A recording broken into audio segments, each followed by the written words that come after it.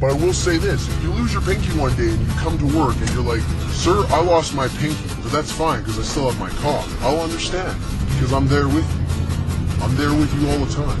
I want to be supportive and I want to be the best boss ever. At the same time, I want you to feel terrified and intimidated by me every step of the way because that's the only mutual respect that someone in the workplace can actually have. You know, you could be Mel Gibson, you could paint your face, and you could go kill a bunch of Jews or Russians or whatever the fuck he does in that movie. But you know what? That doesn't help the job. That doesn't help me. And if you're not helping me and the job at the same time, not separately, you're not getting anywhere.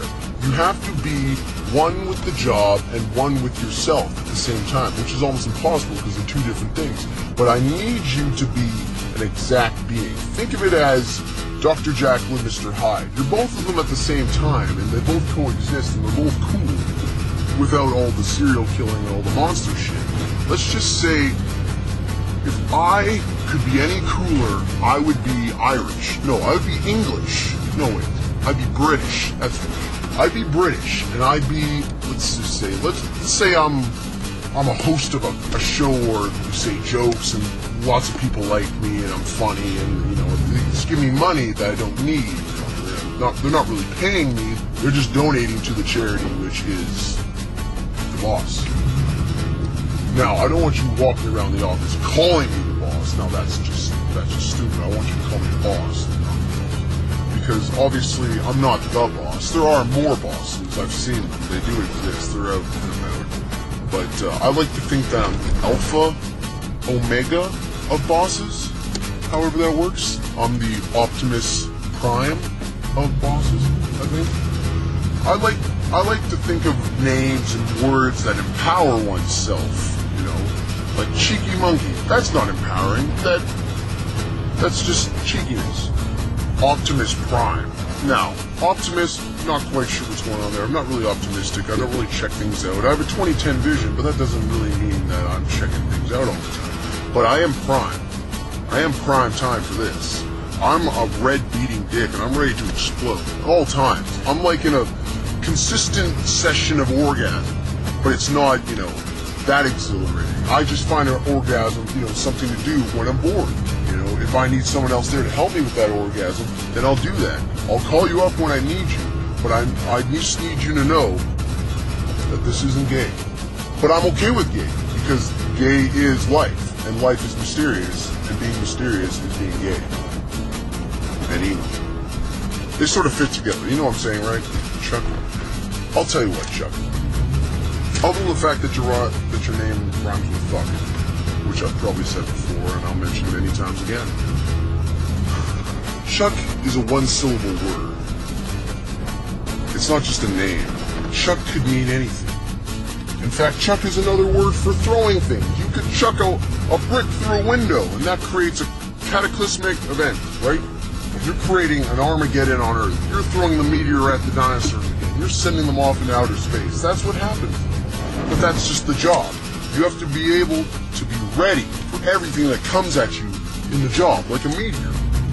If a meteor ever came in this job, we would be prepared. I shit you not. We will not go extinct.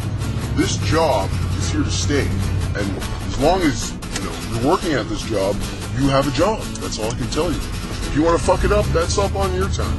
I have one word for you, and that's called fired. But that doesn't have to be that way. I will tell you this, though. If you ever try to quit, I will sever your legs at the knee. See, I choose from the cream of the crop. This has nothing to do with food or corn or anything, or cream of wheat, which I love. It's always good. With brown sugar, you throw some raisins in there. You throw just 12 raisins in there. You can make a game out of it. It's like a search and find. Find those raisins. That's an objective. You've already made your breakfast an objective-based game. That's all about, you know, being yourself and being, you know, objective-based, like this job is. I will say this, though. You have to know what things are. You have to understand what things are. Like, do you understand predicament? Do you understand what the word is? Do you understand what it means to predict? A mint, you know? Mints are all over the place. They create money. They're in your mouth. It happens that way. I'm not talking about the change. I'm not talking about the candy. I'm just talking about something that's inside of you that creates a sound or a smell that's completely unique to you and you alone. Now, if this doesn't make any sense to you, I don't know what else to tell you. I'm saying it as clear as possible. I could write this down in 2 words or less and it means the same thing. But it has everything to do with the fact that being a boss is being an individual and being in charge. And if I'm not in charge, then I probably will come into the workplace with a shotgun and blow everybody away. Now, it's not very often that the boss comes in and blows everybody away with a shotgun. That's just me. I could be the unique strand. I could be the original piece of artwork that'll be in the newspaper for the rest of our lives. Do I want to be remembered as a mass murderer? That depends. I don't really need to be right now because my dick's big enough. And until that day, it will just be the same. It'll be the same thing over and over again, waiting for that one person to come into the job and blow everybody with a shotgun. Now, I'm not saying that you're going to die via shotgun, because that would suck. Shotgun to the face, I can imagine how they would be the most painful thing ever, even though I don't think you'd feel much because you're already smack dab in the middle of shit. So I don't know what to tell you as for hell. I don't know what you believe in. There is a hell. I know. I've seen it. It's been there. It's my ex-wife, and she is a moving faction of hell. She's a moving faction of Hades and everything that is bad, you know. If you want to get really, really chill with the references, you want to really get down to the basics, think of me as King Leonidas without the beard and, you know, the half-nakedness. You see, I'm half-naked when I want to be, and usually being half-naked reminds me of, you know, my ex-wife.